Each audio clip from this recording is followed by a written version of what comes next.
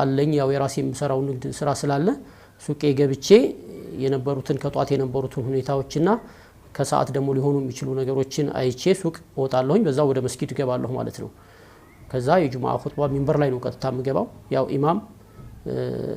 ወደ ኹጥባ ነው ወደ ሚንበር ነው የሚገባው ሱናው የረሱል ሰለላሁ ዐለይሂ ወሰለም ረሱል መተው ቀጥታ ሚንበር ላይ ስለሚወጡ እኔም ቀጥታ ወደ ሚንበር ወጥቼ ወደ ኹጥባ ስርዓትና ወደ ስግደቱ ስርዓት ነው የምገባው والله ጁሙዓ ሁለት አይነት ስሜቶች ናቸው ያሉት እኔ ጋር አንደኛው ስሜት የደስታ ስሜት ነው ሁለተኛው ደግሞ የስጋት ስሜት ነው ሁሉ ጊዜ ስጋት አለብኝ ለምን ረሱላችን ሰለላሁ ዐለይሂ ወሰለም በተናገሩት ሰይዱል አያም ነው ጁሙዓ የቀናቶች ሁሉ አይነታ በላጭ ቀን የተባለው ጁሙዓ ቀን ነው የዒድ ቀን ነው ጁሙዓ ቀን የዒድ ቀን ነው ቤት ስገባ ቤተሰቦቼ ጥሩ ሆነው እንዳይፈልጋለሁ ያለው ሁኔታ የዒድ ድባብ እንዲኖር እፈልጋለሁ ደስ ይለኛል ያም ቤተሰብ ተሰብስቦ ጁሙዓ ቀን ተሰብስበን ነው የምናሳልፈው ከሰዓት በኋላ ቤት ውስጥና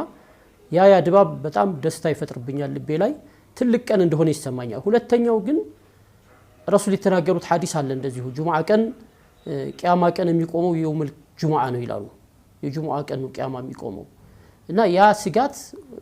ሁሉ ጊዜ ጁሙዓ ላይ ይመጣብኛል ሐቂቃ አስበዋለሁ ዛሬስ ቢሆን ቂያማ ቀን ዛሬስ ቢሆን የሚቆመው የሚለውም ስለዚህ ሁለቱም ነገሮች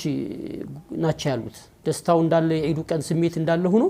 ሁለተኛው ደግሞ ምን ተዘጋይተናል አሁን ዛሬ ቢሆን ቂያማ ምን አድርገናል የሚለው ነገር ሁሉ ጊዜ ያሳስቡኛልና እነዚህ ሁለት ነገሮች ጁሙዓ ላይ አስተዋውሳቸዋለሁ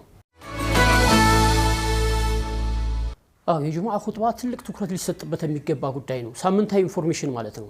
ሳምንታዊ ኢንፎርሜሽን ለማህበረሰቡ መስጠት ነው ብዙ ጊዜ ችግሮች ምንድነው ጁሙዓ ኹጥባ